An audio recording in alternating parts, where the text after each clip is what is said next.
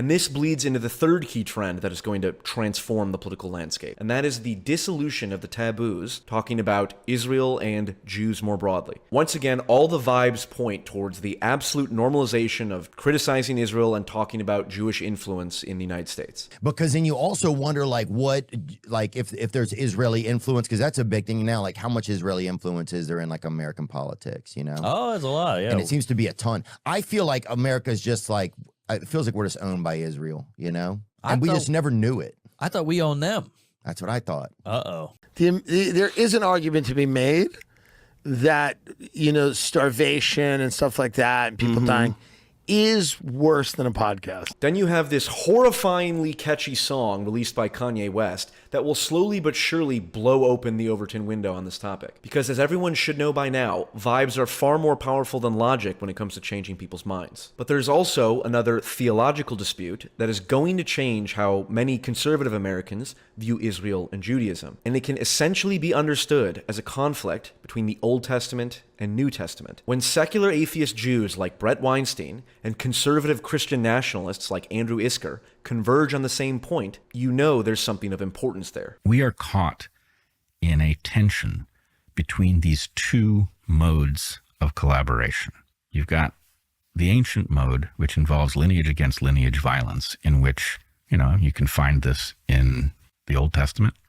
You can find it in the Quran, right? It's written in there, the rules of war and combat and how you are to view the enemy, their outgroup. Or you can have a collaborative modality, and you see these two threads competing, in my opinion, inside the state of Israel. So really you're saying it's Old Testament versus New Testament. I am. Because the New Testament is universalist. And Jesus says this again and again, I'm here for everybody. It doesn't matter what your bloodline is. I'm here for everybody. Like the whole dispensational thing where it's like, okay, right, the old covenant still somehow sort of exists, and there's still this, this distinction between Jew and Gentile out there.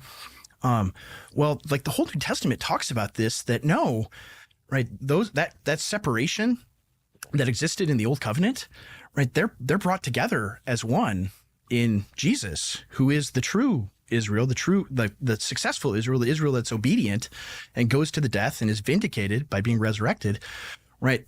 And that old covenant, it's done. It's over, right? Those distinctions between Jew and Gentile, they're gone. It says that only about 1,000 times in every book of the New Testament. So to come to the opposite conclusion does make you sort of wonder, like, have you read it? Because this is a very big issue in Jewish Christian history. Do the Jews end with Jesus? I'm glad you're No, but St. Paul has a very interesting take on this. While it's certainly a good thing that people in the West can more freely criticize a foreign nation and call out bad ideas in religions, we're also entering a very dangerous place where genuinely malicious actors are going to be more free to stoke racial hatred, particularly against Jews. Those who can properly articulate difficult truths while resisting and tempering the ideological rot that often accompanies those truths will be in the best position to positively influence the outcome of the great meme wars. So my advice to you would be, best start learning to become that kind of person.